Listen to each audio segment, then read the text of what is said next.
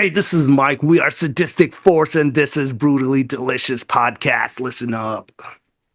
One, two, three, four. The Brutally Delicious Podcast. The Brutally Delicious Podcast. The Brutally Delicious Podcast. The Brutally Delicious Podcast. This is 70,000 Tons of Metal, the original but world's biggest heavy metal cruise. 60 bands, 4 days, 1 cruise ship, only 3,000 tickets. It's like having an all-access backstage pass. January 29th to February 2nd, 2026. From Miami, Florida to Nassau, the Bahamas, and back. 70,000 tons of metal. What are you doing next winter? Is it brutally hot there, or is it Just the way we like it in the depths of hell. It is Yeah. hot, but it's actually been mild compared to the past. We've had a few years of 100 days of 100 degrees. Oh, I wow. think that could be a good song title someday for us. Yeah. Say. I'm in Richmond, and we've had a crazy summer as well. It's been over 100 most of the days, but today I woke up, it was 63. It was beautiful. Really? Oh my Yeah, God. nice. That puts you in the mood. Now, is it pretty humid over there? Yeah. Okay. It's normally like 100% humidity. That's crazy. Oh my God. I don't think I've actually been to Richmond, haven't had the pleasure, but a lot of great bands come out of there, and a lot of people I great met bands, have yeah. come. One that I think I may be wrong on this one, but Arsis might be a band that's around from those parts. Am I correct? I think they're more towards Virginia Beach, but yeah, they're right here in Yeah. the area. Yeah, that was the first band that I was like, that's a Virginia band, and I love it. And I was a huge fan when I was like in my college years. Nice. Yeah. So let's jump in and talk about Sadistic Force. Morbid Odyssey. You've got what, 2 weeks, 3 weeks till it's out? We've got 2 weeks since it's out. It's been a year and a half in the making. I think we've faced everything a band could face in terms of logistics and band members and everything else, but it's feels good to come out in 2 weeks. We're going to drop a new video alongside the third single. So 2 more weeks and then it's out, and then we're on to the next album. Wow. What's been the response to the couple that have been out so far? Pretty good? Yes. So, just a little background. I joined the band a year and a half ago, and this is actually, other than a single that we put out last year, this is my first contribution to the band. The band's been around since 2020. It's basically James Oliver's brainchild, bastard, hellacious brainchild. They've had a couple of EPs that were well received, a few singles, and 2 full length, which has actually done pretty good in terms of press and reception worldwide. So this new one EP is actually kind of he calls it the Mach 2, which is a step up from what he's originally done in a couple ways that we can get into. So to answer your question, it's been really good response for the band of the time. We're hoping we take this to another level and kind of break some new grounds here that I'm really excited about. Okay, can we go a little deeper? Of course, ask away. So the new EP dives into some pretty heavy themes, right? Like necromancy, satanic vengeance. Was there a moment while making the record when you were surprised yourselves with how extreme or cinematic your lyrics got? So James has been embarking on a novelist quest. He's been writing horror novels, and he's been really I guess into his world, which explains the fantasy in the cinema. I expect nothing less of him. I was actually pleasantly surprised with some of the themes for 2 reasons. First, it's really varied. It's not just a singular thing that's we're going to talk about serial killers from song A to Z. It's a lot of different things, and one of the songs that stands out is Abnormal Cruelties, which is a very different song for the band. And it's kind of a revenge fantasy of witches where they go out and they actually turn the tables and murder everybody that's doing the Tried to Inquisition. burn them, right? Yeah, exactly. So I liked that a lot. And what's really cool is the way he's gotten more cinematic and expressive in his lyrics. And that kind of makes us bring out little flashes in our playing that sort of go alongside with it. So to answer your question, yes, it's welcome. We love it. It adds a lot more to the game, adds a lot more to the album. So it's been, not surprising at all given the creative bet that James has been on for the past year and a half. It's So incredible, I actually. don't know if you can answer this one or not then, but has there ever been a point where a song or story has gone too far? No, not far enough, but I will caution you, the next video that we're dropping, it's for the very first song, the single Portrait of Torment. I think we've kind of gone too far with the music video. And Really?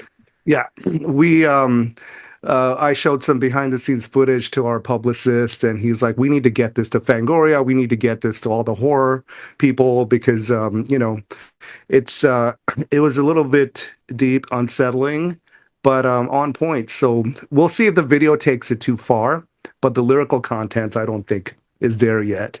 Hey, we like to push each other, and I'm pushing James because he's a creative genius.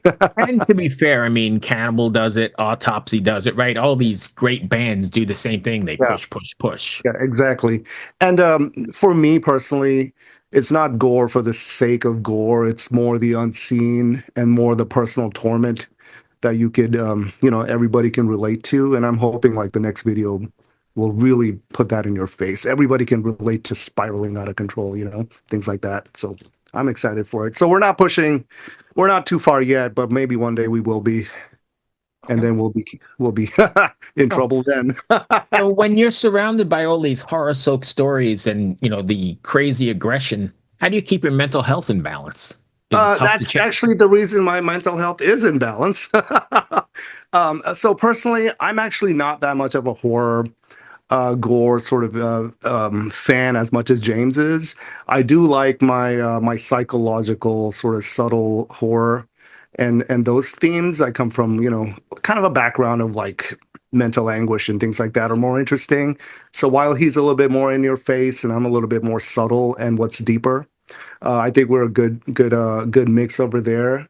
But if anything, this is cathartic and very good release for all of us. In fact, even the people that watch the videos or listen to the Yeah. songs. So I think it's overall positive.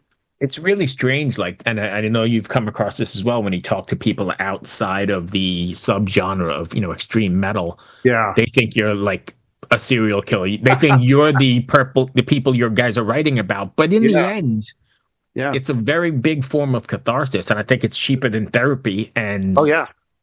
those of us Yeah. in the scene get it, right? Absolutely. And it's, there's talk therapy, you can talk about it, but then you can draw it, you can sing about it, you can move around on stage, you can do all these different avenues of getting this out. So it's really positive. And it's really no different than, if I people are really open about horror, at least in people that I interact with. But if Yeah. you ask somebody, hey, would you say the same thing to a guy that's making movies, horror movies? And they No, wouldn't. they're artists and they're creating a vision and they're taking what's in front of them. I mean, the world is full of horrors. So what we're doing is actually the healthiest thing possible, I would say. Okay. Yeah. So if Morbid Odyssey were a cult horror film from the 70s, what would it be? I think that's a good question for James. Unfortunately, I don't think I could delve too deep into that. Um, I think I will give you a little nugget though.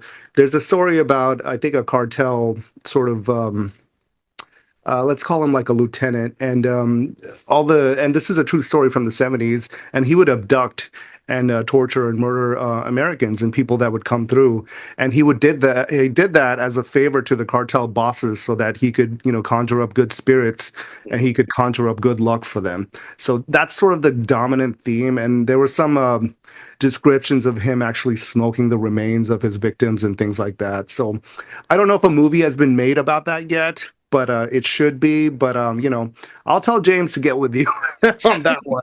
Because hey, being on tour with James, I've heard a lot more stories than I probably should have. But hey, Oh, he's yeah. got something in common with Wine Mom, so good for him. I know you just mentioned being on tour. You guys taking this out on the road? Yes, we are trying to, we're confirming some dates. We'll be hopefully 2, 3 weeks on the road at the end of the year with another prominent sort of black and speed metal band that's from the Midwest.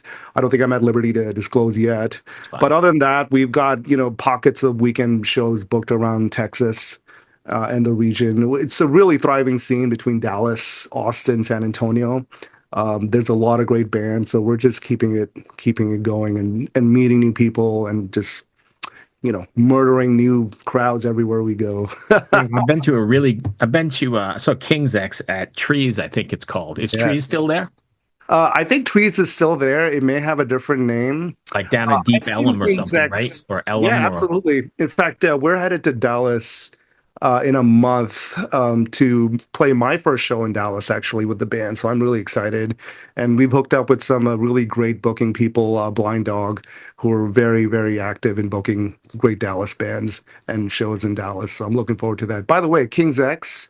I grew up watching them since I was basically been in Texas for 20 plus years.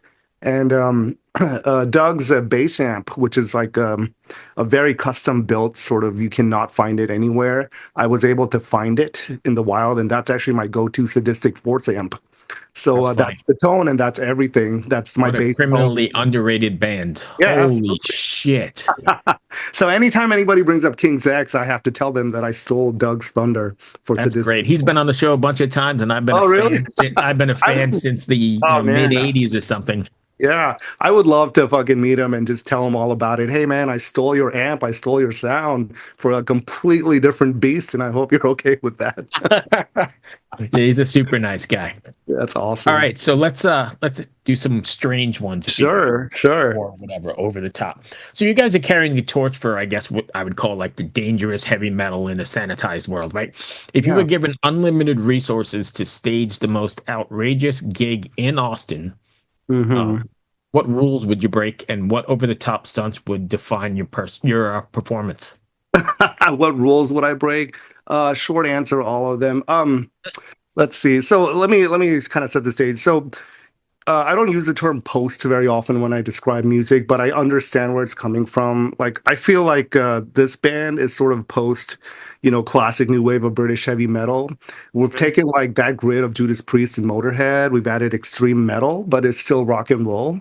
So the only way I could describe having a fucking over the top show would be a back alley where we set up on top of trash cans, have a PA, full lighting system. Nobody's cleaning up the alley. We've got stuff burning. We got all the bombs. We got the syringes. And I just want 150 kids killing each other with no supervision. That's kind of how I envision the brutality and the chaos and the violence of our shows. Of course, we do want the parents to come and pick up their kids after, so there's no incident. So it would have to be back alley, trash cans, burning trash, just on top of sanitation, and just wild. I love the whole rock and roll, the whole danger aspect of it. In fact, all the music that I listen to, it's got to be dangerous. Otherwise, it just doesn't speak to me. So, for instance, Um, I'll give you an example. Hanoi Rocks is not a metal band, but I find them very dangerous, very sexy. It's yeah, one of my favorite bands. I'm actually a huge Thin Lizzy fan, if you can tell. yes. So my background is more rock and roll. So it's not so much extreme music and loud and fast as it is like the earnest. We have nothing to live for, and this is our songs. That's what I get out. That's what I'm trying to put forth. So Hanoi Rocks is one of them that comes to mind. I think they were just so punk rock and so rock and roll at the same time, and they were just pushing everything. So that's kind of an example I would float out for there. And this may be a little cliche, but I do love Guns N' Roses. Some of that early stuff was very, we don't care. It's a little bit more packaged and a major label, but that's For sneering. me, I don't know if you're going to agree with me, but I would throw the Faster Pussycats in there too. Oh yeah, absolutely. I mean, the last time I saw Faster Pussycat, oh no, I'll take this back. A couple years ago, I think the bass player just fell face first into the drums, wasted. Yes, I saw. Well, you were at the show. Yeah, I Oh, was. I've seen the video. Yeah, Yeah, I was at the show, and that was probably the first or second time I saw Faster Pussycat, and I was like, I'm hooked. This is rock and roll. yeah. Rehearse that. I mean, danger and authenticity. That's the two of it. And if I can convey that in Sadistic Force shows, and if the rest of the band can convey that, then we think we won. We won the night, basically. Going back to your alley show we were just talking about, I was just thinking, one of the beauties about being in this community is everybody's in that needle-filled alley moshing but Yeah, they're picking each other up and everybody is taking care of each other. No one's going home exactly. with needle sticking in their arms. And I don't think you see that anywhere else except in this weird No, subgenre no. of community that we have. No, and that's kind of the reason why I love it. I love the underground is the community. My goal is to connect people and connect with people, and rock and roll is the best way to do that. And I'm talking underground rock and roll because it's authentic, it's real. You meet people, people that aren't doing it for, the wrong reasons kind of thing. It's, troubadours, and I love that. So like you said, the scene is everybody together helping each other out and some of us um making our friendships to last a lifetime, and that's the best part. So Yeah. there you go. Yeah, it's crazy. The community, there's nothing like it anywhere else. We talk about that a lot on the show. It's so healthy, and I'm not too much of an internet person, but I come across like the epidemic of male loneliness and things like that, and rock and roll is a complete antidote to that. I It's meet 100%. rock and roll friends all the time. You wear the right shirt, you'll meet the right people. That's funny. Yeah, it definitely is true, though. What's next for you guys then? So we've got a couple of shows coming up where we're going to push the EP. The video is going to come out. We've got this tour booked. We're going to start working on the third full length with the new lineup. I would say this new lineup, I want to highlight JP, our drummer. He's an actual extreme metal drummer, which is funny because me and JP would never play in the same band together unless it was Sadistic Force. He's an extreme metal, super fast black metal, and I play rock and roll. I play in a Thin Lizzy cover band, for God's sake. So the fact that somebody like James and Sadistic Force is going to push us together and play and write songs in the same band, that's magic, and I love that.